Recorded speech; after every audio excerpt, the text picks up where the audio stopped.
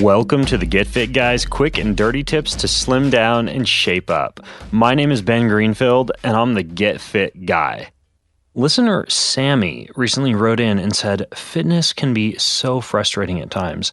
It feels like lately, when I buckle down on eating well, get a gym routine going, cut out alcohol, and watch portions, I gain weight in inches. But when I don't pay much attention and just occasionally hit the gym, I drop weight. What's going on? Could it just be my hormones as a female in general? Well, this is a great question from Sammy and a frustration that many women and men share. The seeming inability to lose weight, even with the strictest of exercise programs. So in today's episode, you're going to learn about the frustrating problems of gaining weight no matter how much exercise you do, and specifically how changes in hormones can cause weight gain.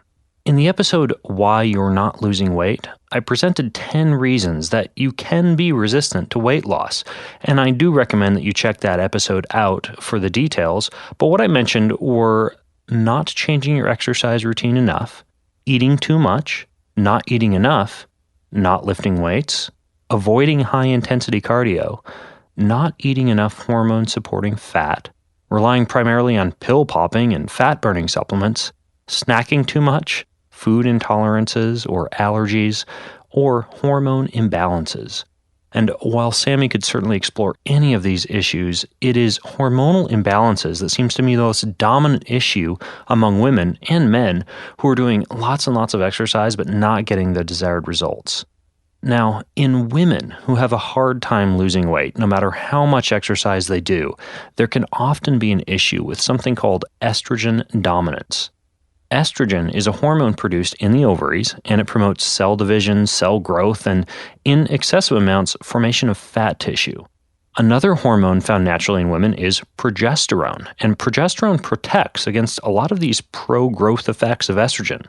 Now, normally estrogen and progesterone work together to achieve hormonal balance, but as women age, and especially between the ages of about 35 and 50 years old, the decline in progesterone occurs much faster than the decline in estrogen, and this gradual drop in estrogen combined with a steep drop in progesterone is what initiates a problem with estrogen dominance and growth of excessive fat tissue. While this estrogen dominance is a normal, expected part of aging, the weight gain that it causes can be significantly increased by lifestyle or dietary factors that increase the amount of estrogen the body is exposed to. So here are some of those extra sources of estrogen that can contribute to estrogen dominance and weight gain in women, along with what you can do about it. First of all, come pesticides and herbicides.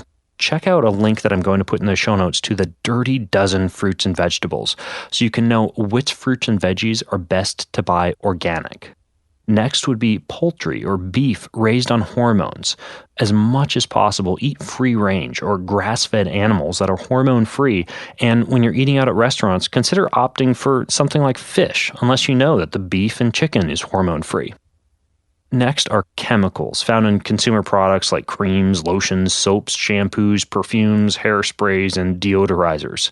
This can be a tough one, but the Silent Springs Institute has created a research report on which consumer products are safe and which are not. And you can read details about those in a link that I'm going to put in the show notes for you over at getfitguy.quickanddirtytips.com. Next is industrial solvents, found in products like glues, paints, varnishes, fingernail polish, and fingernail polish remover. This can be another tough one, especially for women, but limit as much as possible your exposure to places like styling salons and nail spas, and try to use chemicals like nail polish or nail polish remover in fresh air and in open spaces. Stress and poor sleep can both decrease your progesterone output, and remember that that's what's required to balance estrogen. So simple ways to reduce stress include yoga, deep breathing, nature walks, and planning so that you have as much hectic free time as possible to accomplish your daily tasks. Before bed, limit your computer, your phone, and your TV use, and try to sleep in a quiet and dark room. Next is excessive energy intake, which may seem like a no-brainer, but that can cause body fat, and the body fat can convert steroids to estrogens.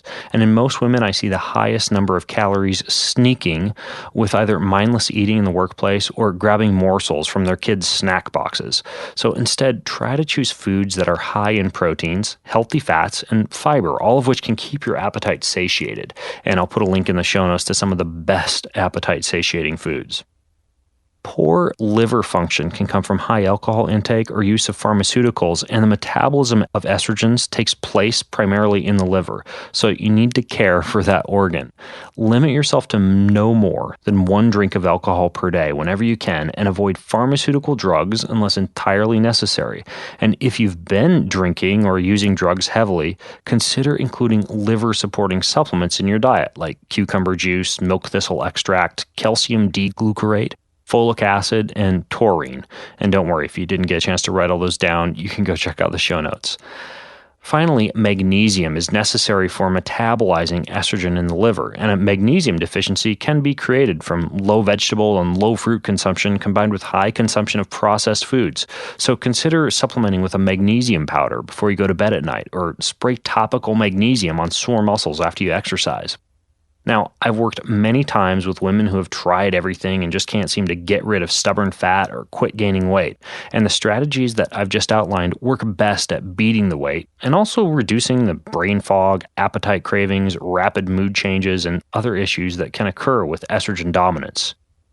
Now, if you're feeling left out, guys, you can tune in next week when I'll be explaining the type of hormonal imbalance in men that seems to be causing the biggest resistance to weight loss, or the ability to gain weight no matter how much exercise that you do. If you have more questions about how hormones, and especially estrogen dominance, could be affecting your weight during exercise, then leave them over at facebook.com/getfitguy. And if you've got other issues that are keeping you from getting fit despite a strict workout regimen, the problem could be that your workout just simply isn't working for your body type. So be sure to also check out my new book, Get Fit Guy's Guide to Achieving Your Ideal Body, for the scoop on how to get fit according to your unique body type.